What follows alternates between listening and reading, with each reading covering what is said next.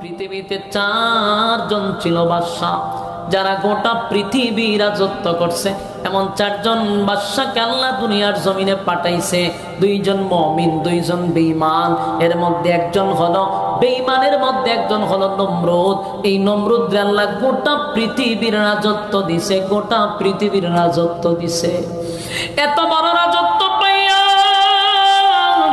এত বড় রাজত্ব পাওয়ার পরে, এত বড় রাজত্ব পাওয়ার পরে নমরুদ আল্লাহর শুকরিয়া আদায় করলো না, বরং উল্টা আল্লাহর সঙ্গে যুদ্ধ করার জন্য প্রস্তুতি নিছে। তার মানে ক্ষমতায় মানুষকে ঘুরাইয়া দেয়, কথা হয় না? মানুষ যখন ক্ষমতা পায় তখন মানুষের মন মানসিকতা পরিবর্তন হয়ে যায়। নমরুদা পাইছে ক্ষমতা, কিন্তু নিজের খোদাই বানাই লিছে। ফেরাউনকে দিল ক্ষমতা, ফেরাউনও নিজের খোদা বানাই লিছে। এরা ছিল পৃথিবীর সবচেয়ে বড় জালেম। আল্লাহ বলেন, শোন, পৃথিবীতে যত জালেম ছিল, যত জালেম ছিল, আমি আল্লাহ তাদের ইতিহাস আমার কোরআনে তুলে ধরছি। কেন জানো? পরবর্তীতে নেক্সট জেনারেশন যেন তোমরা এখান থেকে শিক্ষা গ্রহণ করতে পারো। এরপরও যদি শিক্ষা গ্রহণ না করো গো, তাহলে ফেরাউনরে যেমন সুবাইয়া মারছি, নমরুদরে যেমন জুতা দা ফিডায়া মারছি, শিক্ষা গ্রহণ না করলে জুতার বাড়ি কিয়ামত পর্যন্ত চলতেই থাকবে। কথা হয় না? ফেরাউনরে জুতা দা মারিছে না, সুবাইয়া মারছে, আর নমরুদরে জুতা দা ফিডাইছে। এখনো যারা শিক্ষা গ্রহণ করবা না, তাদের মতো জুলুম করবা, তাদের মতো মানুষের অধিকার নষ্ট করবা, তাদের মতো মানুষকে তোমরা কারণে অকারণে নির্যাতন করবা, মানুষের হক নষ্ট করবা, ক্ষমতার অপব্যবহার করবা, আল্লাহ কয় জুতা কিন্তু রেডি রাখছি। সম্মানের মালিক কে? এই ইজ্জত দেনেওয়ালা কে? আল্লাহ বলেন, ইজ্জতের মালিক আমি, বেইজ্জতিও কিন্তু আমি করি গো। ইজ্জত দিয়া যখন মালিক আমার চেয়ারে বসাইল, শুকরিয়া আদায় করা দরকার। আল্লাহ চেয়ার আমি বসতে পারছি, চেয়ারে বৈশা যদি আমি ক্ষমতা দেখাইয়া ক্ষমতার অপব্যবহার করি, আল্লাহ কয় বেইজ্জতিটাও কিন্তু আমার হাতে। যা ইতিমধ্যে আপনারা দেখছেন, আল্লাহ দেখায়নি, মালিক কিন্তু দেখায়। যুগে যুগে আমাদেরকে বারবার বলতে, শোন, তোরা শিক্ষা গ্রহণ কর। এমনকি জালেমের ব্যাপার আল্লাহ কসম করছে 4টা। জোরে কোন কয়টা? জালেমদের ব্যাপারে 4টা কসম করছে। ওয়াসসামাই যাতিল বুরুজ, আল্লাহ কয় নক্ষত্রের কসম, তারকার কসম। আল্লাহ বলেন দুর্গ বিশিষ্ট আকাশের কসম। ওই যে আমরা দেখি আকাশ, এই আকাশের কসম, তারকার কসম করছে আল্লাহ। ওয়াসসামাই যাতিল বুরুজ ওয়াল ইয়াউমিল মাউউদ, পরকালের কসম, যেদিন আল্লাহ বিচারক হবে সেই দিনের কসম, যেদিন আমাদের আমলনামা আমাদেরকে দেখানো হবে সেই দিনের কসম, যেই দিন বদলা নেওয়া হবে সেই দিনের কসম। ওয়াল ইয়াউমিল মাউউদ, এরপর আল্লাহ বলেন ওয়াশাহিদিন ওয়া মাশহুদ। এই আয়াতে 2টা কসম। প্রথম 2 আয়াতে 2 কসম, এই আয়াতে 2টা কসম। ওয়াশাহিদিন ওয়া মাশহুদ, 2টা কসম। আল্লাহ বলেন ইয়াউমুল জুমআ, জুমার দিনের কসম। ইয়াউমুল আরাফা, আরাফার কসম, যে দিনটা মানুষের কাছে ঘুরে ঘুরে বারবার আসে সেই দিনের কসম। তাহলে রব্বি কারীম 4টা কসম করলো। কেন 4টা কসম করলো? কুতিলা আসহাবুল উখদুদ, 4 কসম করে রব্বি কারীম বলে বাংলা শুন। 4টা কসম করে রব্বি কারীম বলেন কুতিলা আসহাবুল উখদুদ। 4টা কসম করে আল্লাহ বলেন, আমি আল্লাহ বলছি গর্ত খননকারীর উপরে আমি আল্লাহর অভিশাপ। গর্ত খননকারী মানে হলো জালেমদের প্রতি আমি আল্লাহর অভিশাপ। বলুন, জালেমদের প্রতি অভিশাপ কার? আরো জোরে। পৃথিবীতে কোন জালেমের শাসন করে কেউ টিকে থাকতে পারে নাই। আল্লাহ তাদেরকে যুগে যুগে ধ্বংস করে দিছে। যুগে যুগে তাদেরকে অত্যাচার যারা করছে, আল্লাহ যুগে যুগে চরম পর্যায়ের বেইজ্জতি করছে। ফেরাউন আল্লাহ চরম পর্যায়ের সাজ্জাদরে সাইজ করছে, সবাইরে আল্লাহ সাইজ করে বলছে এখান থেকে তোমরা শিক্ষা গ্রহণ করো, যদি শিক্ষা গ্রহণ না করো তাদের যেই পরিণতি তোমাদেরও সেই পরিণতি। তা হয় না? যুবক ভাই, ক্ষমতা দেখানো যাবে না। মূর্তি পূজারীর আল্লাহর নবীর সামনে দাঁড়ায়া বলে আপনার মালিক কি, লাগলে পারবো নি আমরার সাথে মানে বেড়াগিরি দেখাইছে। কথা হয় না? যেমন বেড়াগিরি অনেকেই দেখাইতো 2024 সালে তাইকা 41 সালের ঘোষণা দিত, বৈশাখ হয়েছে 24 সালে দেয় 41 সালের ঘোষণা। মাগদমা, এটা তো বেড়াগিরি। আল্লাহ কয় অপেক্ষা কর, 5ই আগস্ট কিন্তু রাখছি, নমরুদ্দারে যেটা দিয়া দিছিলাম তোর এটা দিয়ে দিব। কারণ ফয়সালা হয় কোথার থেকে? আসমান থেকে ফয়সালা হয়। সাবধান, আমার এমন কোন কথা যেন মুখ দিয়া বাহির না হয় যেটার সম্বন্ধে আমার কোনো ধারণা নাই। আমি আগামীকালকে বাঁচবো এটার কোনো গ্যারান্টি আছে? কথা কই না? আমি স্টেজ থেকে লাইমা আমি যাইতে পারবো আমার গাড়ি পর্যন্ত, আমার কোনো গ্যারান্টি নাই। আমি মালাকুল মউত আজরাইল কখন আমার সঙ্গে সাক্ষাৎ করে সেটারও কোনো গ্যারান্টি নাই। আমি যদি খালি 41 গণি, বোঝা গেল আমি আল্লাহর ক্ষমতা নিজে হাতে ধরে আনতেছি।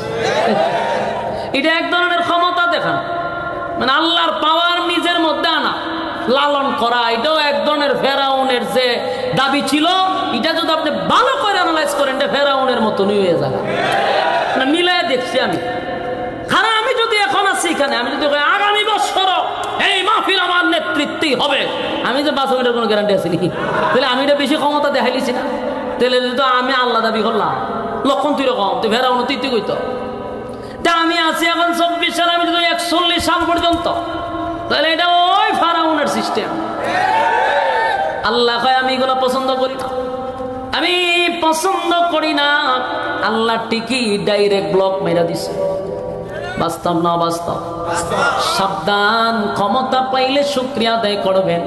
আগামীতে যারা বসবেন তাদের কাছে আমার একটা বার্তা হলো, অতীত থেকে শিক্ষা গ্রহণ করো। এই দিন নয়, আরো দিন আছে। বাতিজা, বেশি লাফানি ভালো নয়। অতীত থেকে শিক্ষা গ্রহণ করো। তোমরা যদি শিক্ষা গ্রহণ না করো, যেটা দিয়া লামানি সেটা কিন্তু 30 সালও থাকবো। কথা হয় না? তাই এখন থেকে শিক্ষা গ্রহণ করাটাই হলো বুদ্ধিমানের কাজ। বুদ্ধিমানের কাজ, যেই কাজটা অতীতে হয়ে গেছে এটা যেন আমাদের দ্বারাই না হয়। কথা হয় না? এরপরে তারা প্রশ্ন করে আপনার আল্লাহর ছেলে মেয়ে কয়জন? আপনার আল্লাহ কি বিয়ে শাদী করছে গো? আমার মালিক বলেন লাম ইয়ালিদ ওয়া লাম ইউলাদ। আল্লাহ বলেন আমি কারো কাছ থেকে জন্ম নেই নাই, কাউকে জন্ম দেই নাই। এই ইহুদি খ্রিস্টানরা তারা মনে করে মরিয়ম আলাইহিস সালাতু ওয়াস সালাম আল্লাহর স্ত্রী আর ঈসা পয়গম্বর আল্লাহর সন্তান। নাউযুবিল্লাহ। রব্বে কারীম স্পষ্ট জানায় দেন লাম ইয়ালিদ ওয়া লাম ইউলাদ, আমি আল্লাহ কারো কাছ থেকে জন্ম নেই নাই, কাউকে জন্ম দেই নাই। এই যুবক ভাইরা, আল্লাহ কারো কাছ থেকে জন্ম নেয় নাই, আল্লাহ কাউরে জন্ম দেয় নাই। বেঈমানদের প্রশ্ন ছিল 3 নাম্বার, এটার উত্তর পাওয়া গেছে। 4 নাম্বার প্রশ্ন হলো আপনার মালিকের ক্ষমতা কতটুক আমরা জানতে চাই। আমাদের খোদার তো অভাব নাই, আপনার খোদা কি আমাদের সঙ্গে পারবে? আমাদের সঙ্গে কি যুদ্ধ লাগলে পারবো? নাউজুবিল্লাহ। এই কথা তো ফেরাউন বলছে, এই কথা নমরুদেও বলছে। ইব্রাহিম খলিলুল্লাহর সঙ্গে একই বক্তব্য নমরুদেও দিছে। নমরুদে আল্লাহ বানাইছিল দেশের বাদশাহ, ছোটখাটো একটা দেশের বাদশাহ নয়। আমি আপনাদের সামনে ছোট্ট একটি সূরা ইখলাস তেলাওয়াত করছি। এই সূরার থেকে কিছু সময় আপনাদের সামনে কথা বলতে চাই। রব্বে কারীম যেন কথাগুলি বলার এবং আপনাদেরকে শোনার তৌফিক দান করে, আমিন। সময় খুব অল্প, কারণ প্রোগ্রাম রাখার সময় যে আমার ভাই এখানে আছে যিনি দাওয়াত দিছে, বইলেই রাখছি যে আমি দেওয়া সম্ভব না। আর এমন এক জায়গায় গিয়ে প্রোগ্রাম নিছে আইয়ুব সাহেবের খানকা, আলেম মানুষ, আমি বলছি যে নিতে পারবেন এক শর্তে, এশারের পরে 9:45 পর্যন্ত, এর উপরে 1 মিনিটও যাইতাম, এই শর্তে উনি রাখছে। তা আপনারাও বসেন ইনশাল্লাহ। আমার পরে আপনাদের যার আগমনে আপনারা এখানে অবস্থান করছেন এবং যার অপেক্ষায় বসে আছেন, আমি যার শুধু আপনাদের কাছে দোয়া নিয়ে চলে যাবেন ইনশাআল্লাহ। এর ভিতরে আপনারা মনোযোগ দিয়ে কিছু কথা শুনেন। মন খারাপ হয়ে গেছে, বেড়ে বলে মিলে নাই, প্রথমেই মাইকটা খারাপ করছে, আওয়াজটা মূলতই কোনো মজার কোনো আওয়াজই করে নাই। আওয়াজটারে কি যে করে তুই সেটা আল্লাহ ভালো জানে। আমি যে সূরা তেলাওয়াত করছি দেখেন, কোরআনে 114 সূরা আছে। এই 114 সূরার মধ্যে আপনি দেখেন, কথা না বলি ভাই, আর বইলা লাভ নেই, অনর্থক সময় নষ্ট হবে। আর কথা না বলি, যেভাবেই হোক মনোযোগ দিয়ে কথাগুলি শুনি। কোরআনে কয়টা সূরা আছে? 114 সূরা। এর মধ্যে 2টা সূরা আছে একটা সাবজেক্টের উপরে আলোচনা। একটা হলো সূরা কাউসার আর একটা হলো সূরা ইখলাস। এই 2টা সূরা কোরআনের 114 সূরার মধ্যে একটু ব্যতিক্রম। এই সূরাটা শুধু একটা সাবজেক্টে আলোচনা, ইখলাস শানে এলাহি, কাউসার শানে রাসূল। এই 2টা সূরা একটা সাবজেক্টে আলোচনা। ভাই একটু মনোযোগ দিয়ে শুনি। তাহলে এই 2টা সূরা ব্যতিক্রম কেন বললাম? যে একটা সাবজেক্ট আলোচনা, ইখলাস শানে এলাহি মানে আল্লাহর শান মান মর্যাদা নিয়ে আলোচনা, কাউসার রাসূল সাল্লাল্লাহু আলাইহি সাল্লামের শান মান নিয়ে আলোচনা। এর মধ্যে আমি ইখলাস তেলাওয়াত করছি। ইখলাস শব্দের অর্থটাই হলো খাঁটি। বলুন, ইখলাস শব্দের অর্থ কি? খাঁটি, মানে নির্বেজাল, বেজাল নেই। খাঁটি কেন রাখা হইল এটা আপনারা আলোচনা শুনলে বুঝতে পারবেন। আমি যদি অল্প সময়ে সূরাটার 3টা ভাগ করি, তাহলে আপনারা আলোচনা বুঝতে শুনতে খুব সুবিধা হবে। 3টা ভাগ যদি করি, প্রথম নাজিল হওয়ার কারণ, পরে তার সরল তর্জমা, পরে তার সংক্ষিপ্ত ফজিলত, তাহলে সহজে বুঝতে সুবিধা হবে। নাজিল হয়েছে এটা মক্কা নগরীতে, রাসূলের হিজরতের আগেই।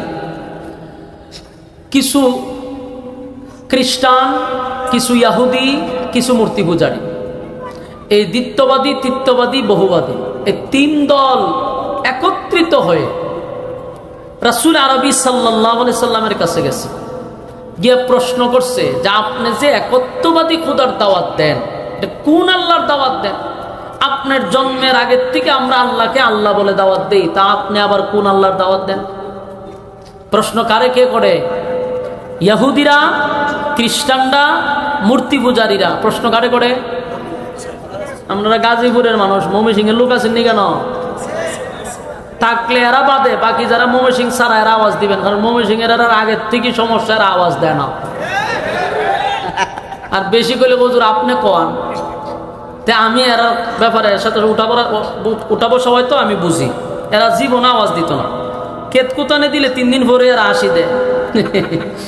তাহলে বাকি যারা ডাহায়া থাকেন, আল্লাহর রাস্তায় একটু হ্যাঁ না ঠিক বেঠিক বলবেন নি, অন্তত পক্ষে আপনারা পিকআপ দেন। অন্তত আপনারা যদি আওয়াজ দেন তো আমার আওয়াজ বাড়িব। মাইকে আওয়াজ দেও কার না দো, আপনারা তো আওয়াজ দিতেই তাহলে আমার আওয়াজ বাড়িব। সময় নাই। মাশাআল্লাহ মাশাআল্লাহ। এই সূরার আমরা আগে শুনি। 3 দল গেছে কার কাছে? রাসূল আরবি সাল্লাল্লাহু আলাইহি সাল্লামের কাছে। গিয়া বলতেছে যে আপনি যে খোদার দাওয়াত দেন, উনি আবার কোন রব যারে আপনার জন্মের আগে আল্লাহ বলে ডাকি, আপনি আবার কার দাওয়াত দেন? 3 দল মিল্লা রাসূলের প্রশ্ন করতেছে। তো রাসূল সাল্লাল্লাহু আলাইহি সাল্লাম শুধু তাদের কথাগুলি শুনতেছিল। এর মধ্যে তারা প্রশ্ন করছে, আপনার আল্লাহর ডিটেইলস পরিচয় আমরা দেন, এবং আল্লাহ কতজন আছে আপনার, আপনার আল্লাহর সাথী সঙ্গী কতজন, বাহিনী কতজন, যোদ্ধা কতজন, এটি আগে আপনারা বলেন, দেখি আমরা আপনার আল্লাহর সাথে ভাড়া যায় কিনা। নাউযুবিল্লাহ। খুব খেয়াল করবেন, 3 দলে মিলে প্রশ্ন করতেছে। প্রথম দল বলতেছে যে আপনি যেই আল্লাহর দাওয়াত দেন, এই আল্লাহর সংখ্যা কতজন, আমরা থেকে কম না বেশি? এরপরে প্রশ্ন করলো আপনার আল্লাহর কাজ কি, উনি কি করে খায়, কেমনে চলে, এগুলো বলেন। 3 নাম্বার হলো আপনার আল্লাহ বিয়া শাদী করছেনি, বাচ্চা কাচ্চা আসেনি, ছেলে মেয়ে কতজন, এটা বলেন। 4 নম্বর হলো আপনার আল্লাহর শক্তি কি পরিমাণ, সেটা বলেন। বলুন কে কারে প্রশ্ন করে? বেঈমানরা রাসূলকে প্রশ্ন করতেছে। 3 দল, ইহুদি, খ্রিস্টান, মূর্তি পূজারী। রাসূল সাল্লাল্লাহু আলাইহি সাল্লাম তো নিজের থেকে কিছু বলে না। বলুন নিজের থেকে কোনো কথা বলে? বলে না। তো বৈশা রয়েছে এরারই বিতর্কিত প্রশ্নে আল্লাহ তখন তাদের দাঁত ভাঙ্গা জবাব দেওয়ার জন্য এই ঘটনারে কেন্দ্র কইরা আল্লাহ তখন আমার তেলাওয়াতকৃত কমপ্লিট সূরা সূরা ইখলাস আল্লাহ নাজিল করে। এই কারণে নাজিল হয়েছে। এখন বুঝছেন নাজিল হওয়ার কারণ কেন নাজিল হয়েছে? এরার বিতর্কিত প্রশ্নের কারণে আল্লাহ সূরা ইখলাস নাজিল করছে। এবং এই ইখলাস সূরাটার নামই হলো খাঁটি। মানে খাঁটি কেন? প্রথম আলোচনার শুরুতে বোঝার চেষ্টা করে নাজিল করে আল্লাহ কি বলে। আল্লাহ প্রথমেই বলে কুল হুয়াল্লাহু আহাদ। প্রথম নাজিল করেই বলে কুল হুয়াল্লাহু আহাদ। নবী আপনি বলুন আমি আল্লাহ একক। সুবহানাল্লাহ। আমি আল্লাহ একক, অদ্বিতীয়, আমার কোনো সাথী নাই, সঙ্গী নাই, ইলাহ নাই। আপনি কইয়া দেন, আর বইলা দেন। কারণ তারা যে আল্লাহরে আল্লাহ বলে আর মুমিন মুসলমানরা যে আল্লাহকে আল্লাহ বলে, এই আল্লাহ বলার মধ্যেও হেদের বলাটার মধ্যে বেজাল আছে, আমরার বলার মধ্যে বেজাল নেই। কেন বেজাল আছে? আমরার মধ্যে বেজাল নাই কেন? কারণ তারা আল্লাহকে আল্লাহ বলে ঠিক, কিন্তু আল্লাহকে এক আল্লাহ বলে বিশ্বাস করে না।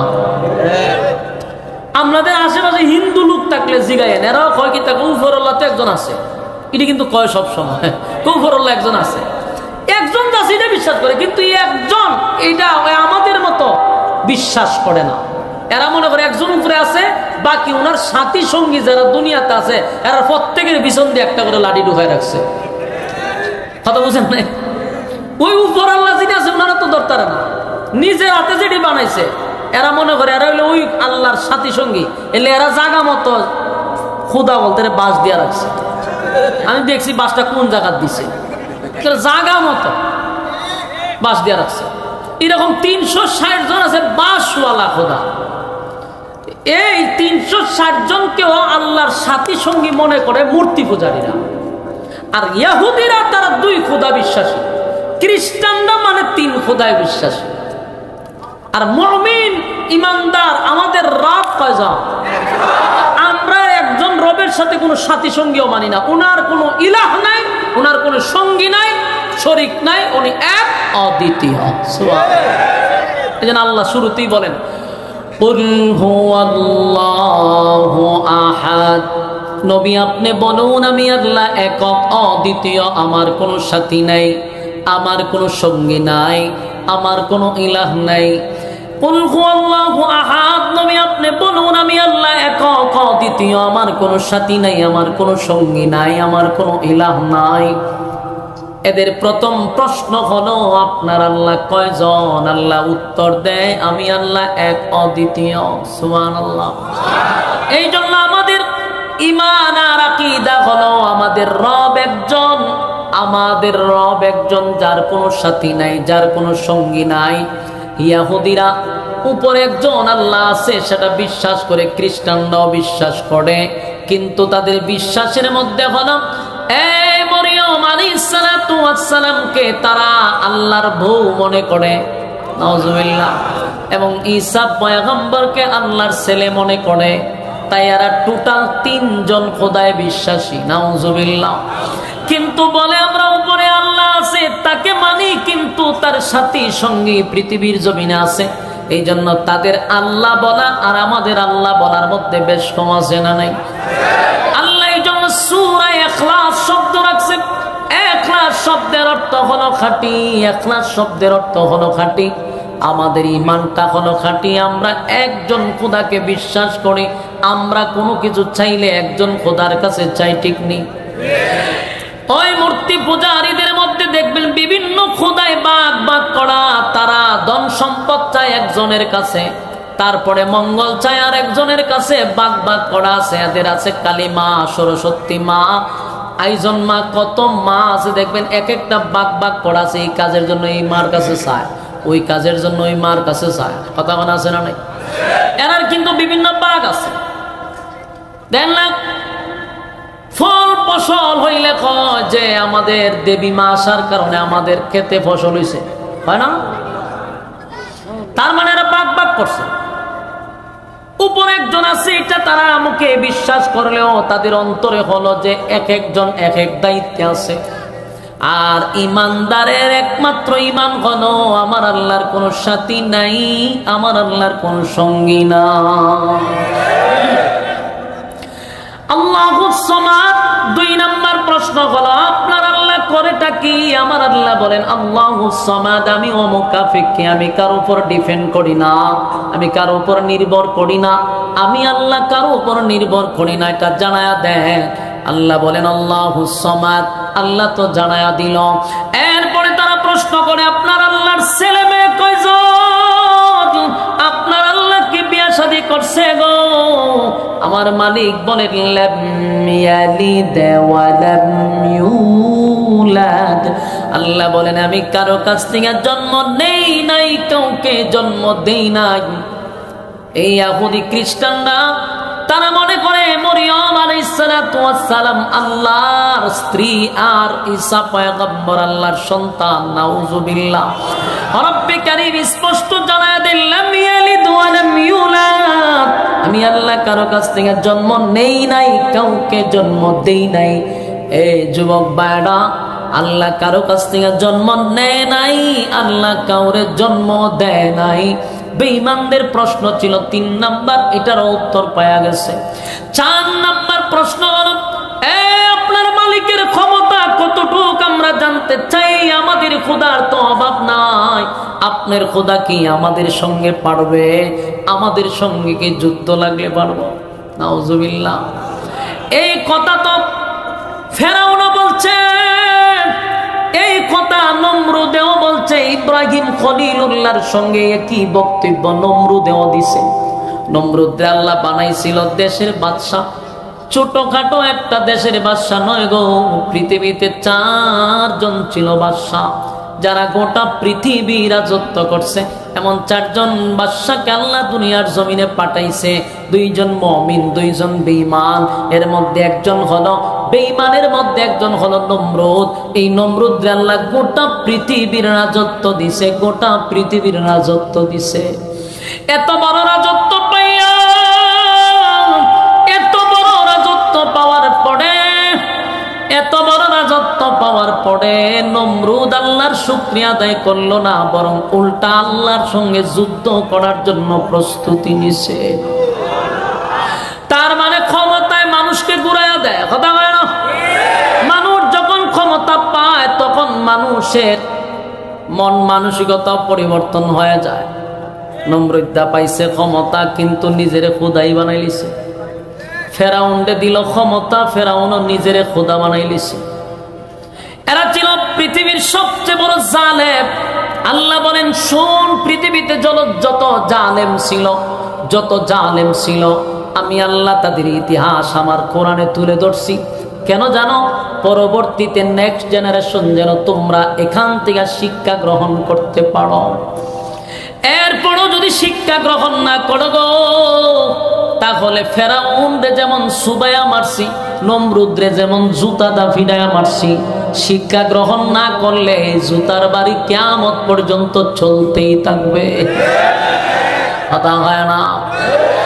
ফেরাউনরে জুতা দা মারিছে না, সুবাইয়া মারছে, আর নমরুদরে জুতা দা ফিডাইছে। এখনো যারা শিক্ষা গ্রহণ করবা না, তাদের মতো জুলুম করবা, তাদের মতো মানুষের অধিকার নষ্ট করবা, তাদের মতো মানুষকে তোমরা কারণে অকারণে নির্যাতন করবা, মানুষের হক নষ্ট করবা, ক্ষমতার অপব্যবহার করবা, আল্লাহ কয় জুতা কিন্তু রেডি রাখছি। সম্মানের মালিক কে? এই ইজ্জত দেনেওয়ালা কে? আল্লাহ বলেন ইজ্জতের মালিক আমি। বেইজ্জতিও কিন্তু আমি করি গো। ইজ্জত দিয়া যখন মালিক আমার চেয়ারে বসাইল, শুকরিয়া আদায় করা দরকার। আল্লাহ চেয়ার আমি বসতে পারছি। চেয়ারে বৈশা যদি আমি ক্ষমতা দেখাইয়া ক্ষমতার অপব্যবহার করি, আল্লাহ কয় বেজ্জতিটাও কিন্তু আমার হাতে, যা ইতিমধ্যে আপনারা দেখছেন। আল্লাহ দেখায়নি, মালিক কিন্তু দেখায়। যুগে যুগে আমাদেরকে বারবার বলতে শুন, তারা শিক্ষা গ্রহণ কর। এমনকি জালেমের ব্যাপার আল্লাহ কসম করছে 4টা। জোরে কোন কয়টা? জালেমদের ব্যাপারে 4টা কসম করছে। ওয়াসসামাই যাতিল বুরুজ, আল্লাহ কয় নক্ষত্রের কসম, তারকার কসম। আল্লাহ বলেন দুর্গ বিশিষ্ট আকাশের কসম, ওই যে আমরা দেখি আকাশ, এই আকাশের কসম, তারকার কসম করছে আল্লাহ। ওয়াসসামাই যাতিল বুরুজ ওয়াল ইয়াউমিল মাউউদ, পরকালের কসম, যেদিন আল্লাহ বিচারক হবে সেই দিনের কসম, যেদিন আমাদের আমলনামা আমাদেরকে দেখানো হবে সেই দিনের কসম, যেই দিন বদলা নেওয়া হবে সেই দিনের কসম। ওয়াল ইয়াউমিল মাউউদ, এরপর আল্লাহ বলেন ওয়াশাহিদিন ওয়া মাশহুদ। এই আয়াতে 2টা কসম, প্রথম 2 আয়াতে 2 কসম, এই আয়াতে 2টা কসম। ওয়াশাহিদিন ওয়া মাশহুদ, 2টা কসম। আল্লাহ বলেন ইয়াউমুল জুমআ, জুমার দিনের কসম। ইয়াউমুল আরাফা, আরাফার কসম, যে দিনটা মানুষের কাছে ঘুরে ঘুরে বারবার আসে সেই দিনের কসম। তাহলে রব্বি কারীম 4টা কসম করলো। কেন 4টা কসম করলো? কুতিলা আসহাবুল উখদুদ, 4 কসম করে রব্বি কারীম বলে বাংলা শুন। 4টা কসম কেন রব্বি কারীম বলেন কুতিলা আসহাবুল উখদুদ? 4টা কসম করে আল্লাহ বলেন আমি আল্লাহ বলছি গর্ত খননকারীর উপরে আমি আল্লাহর অভিশাপ। গর্ত খননকারী মানে হলো জালেমদের প্রতি আমি আল্লাহর অভিশাপ। বলুন জালেমদের প্রতি অভিশাপ কার? আরো জোরে। পৃথিবীতে কোন জালেম, জালেমের শাসন করে কেউ টিকে থাকতে পারে নাই। আল্লাহ তাদেরকে যুগে যুগে ধ্বংস করে দিছে। যুগে যুগে তাদেরকে অত্যাচার যারা করছে আল্লাহ যুগে যুগে চরম পর্যায়ের বেইজ্জতি করছে। ফেরাউনও আল্লাহ চরম পর্যায়ের বেইজ্জতি করছে। নমরুদরে জুতাদা বাইরেছে, সাজ্জাদরে সাইজ করছে, সবাইরে আল্লাহ সাইজ করে বলছে এখান থেকে তোমরা শিক্ষা গ্রহণ করো।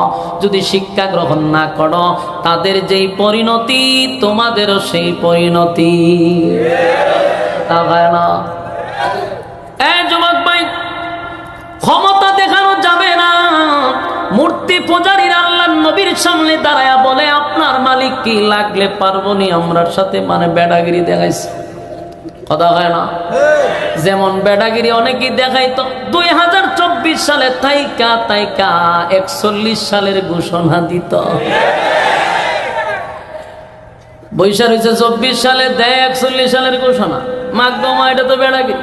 আল্লাহ কয় অপেক্ষা কর, 5ই আগস্ট কিন্তু রাখছি। নমরুদ্দারে যেটা দিয়া দিছিলাম তোর এটা দিয়ে দিব। কারণ ফয়সালা হয় কোথার থেকে? আসমান থেকে ফয়সালা হয়। সাবধান, আমার এমন কোন কথা যেন মুখ দিয়া বাহির না হয় যেটার সম্বন্ধে আমার কোনো ধারণা নাই। আমি আগামীকালকে বাঁচবো এটার কোনো গ্যারান্টি আছে? কথা কই না? আমি স্টেজ থেকে লাইমা আমি যাইতে পারবো আমার গাড়ি পর্যন্ত, আমার কোনো গ্যারান্টি নাই।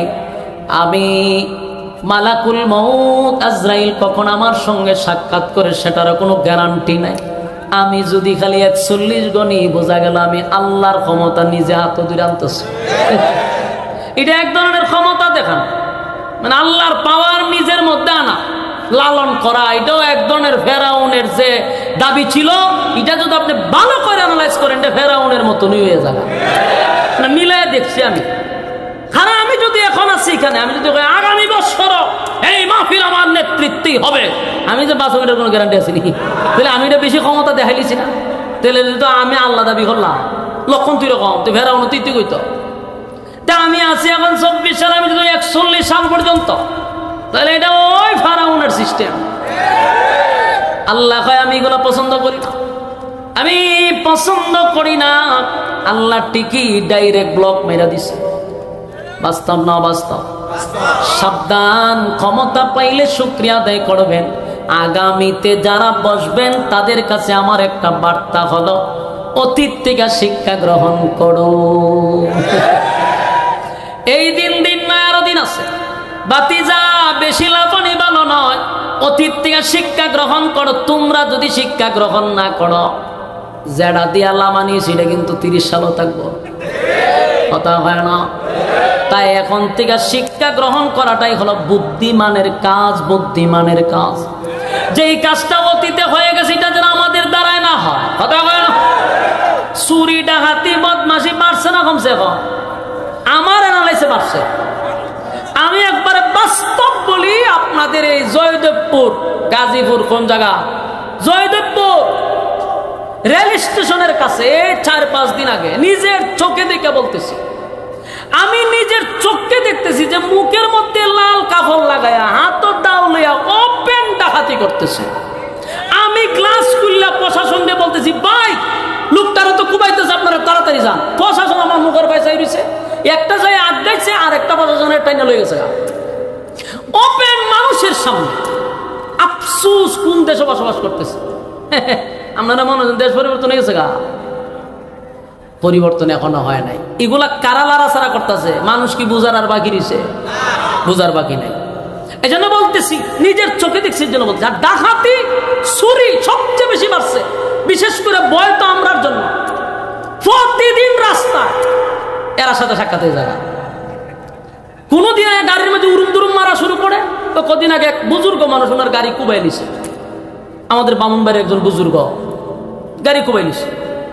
টেকা নিবি নে, এরপরে গাড়ি কুবাইলা, এরপরে হুজুর সব দেলাই, যা আছে সব দিয়া দেন। তো দিবে তো আমি তোরা দিতে প্রস্তুত, গাড়ি কুবাসকে সবগুলার মুখে কাপড় দেওয়া, এটা তো ভাই রাস্তাত করে। আর আমি তো দেখলাম জয়দেবপুর, আল্লাহর কোরআন সামনে, একটা কথা মিথ্যা না।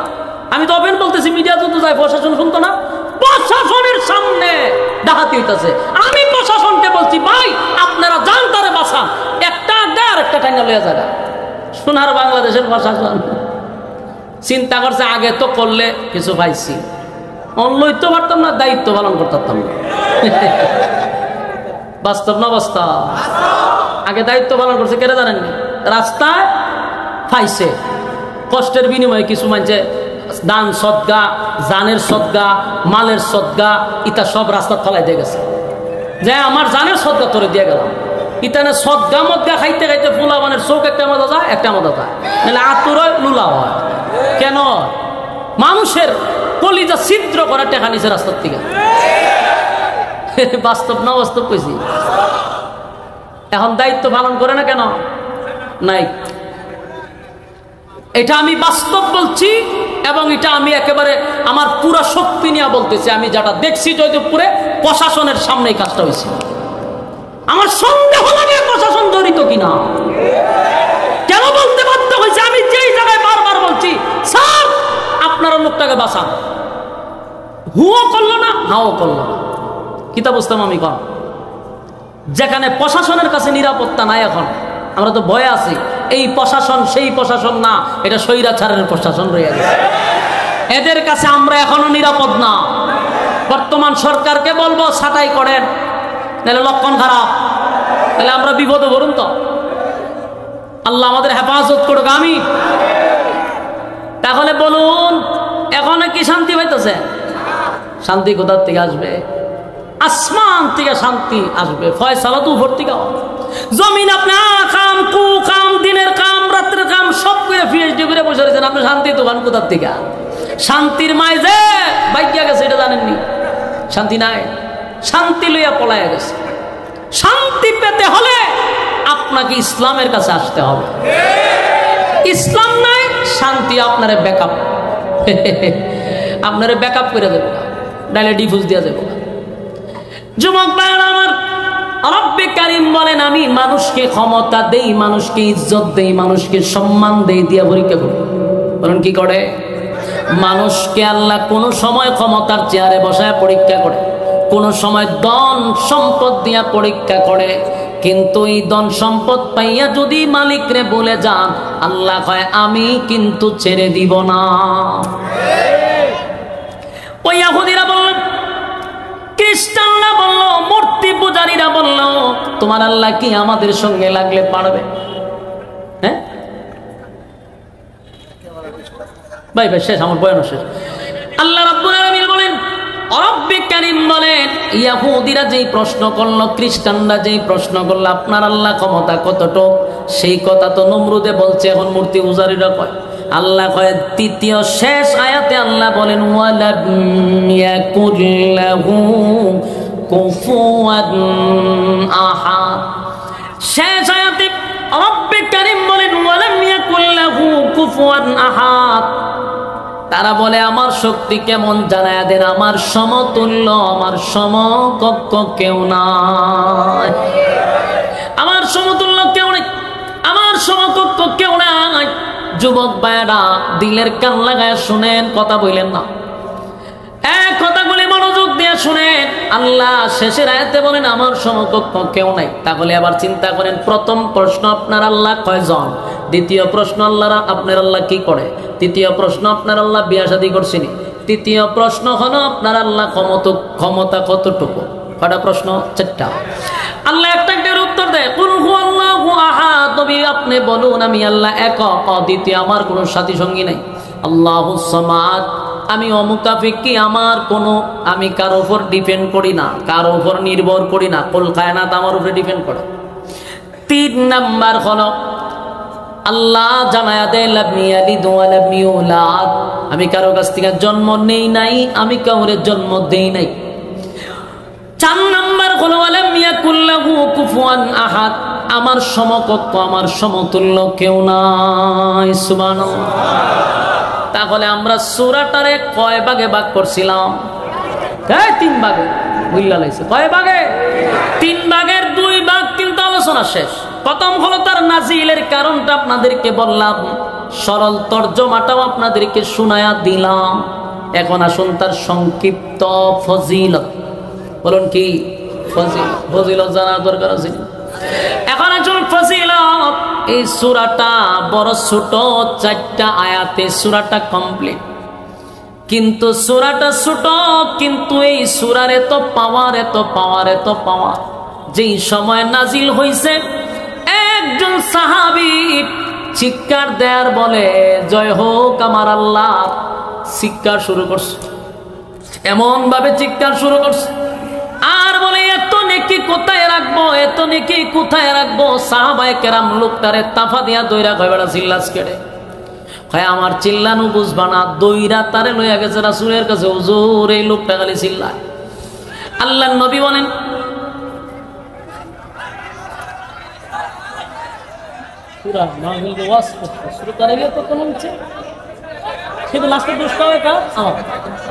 আমি মাইকে চিল্লাছি, কথা বলছেন এদিকে উঠান। আমাদের এই সমস্যাটা হলো মিডিয়াগুলো এমন ভাবে প্রচার করে যে দোষ আমার সব।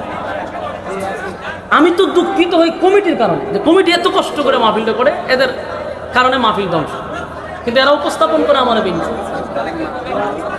এই আমি আমি আমি আমি একটা কথা বলি, দেখেন আমি আসলে মাইক নিয়ে কোনো কথা কোনো সময় বলতে চাই না। এর একটা কারণ হলো ব্যাপক সমালোচনা হয়েছে আমি মাইক নিয়ে।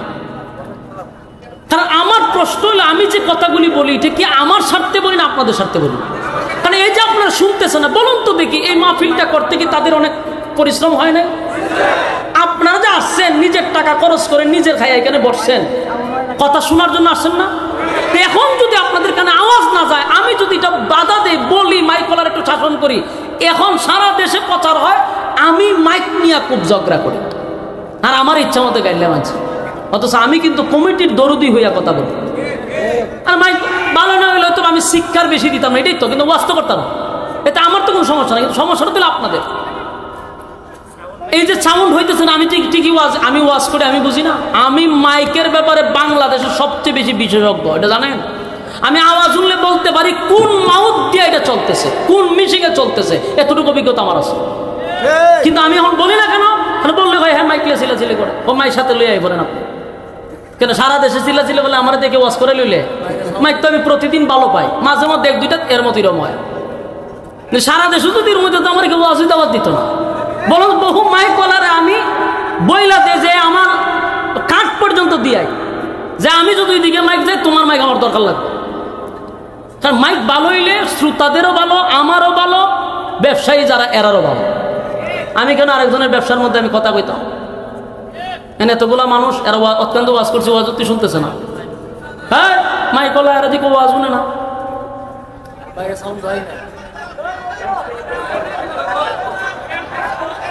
আমিও তো কইছিলাম ওখানে ওয়াজ করতেছি।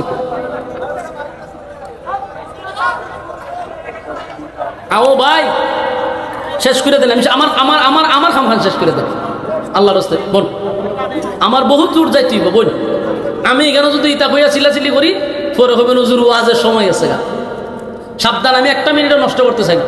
বসেন বসেন, আমার সময় কিন্তু অলরেডি শেষ, এখন যা করতেছি এটা বোনাস। বসেন মনোযোগ দিয়ে শোনেন। তাহলে বলুন প্রশ্ন কয়টা ছিল?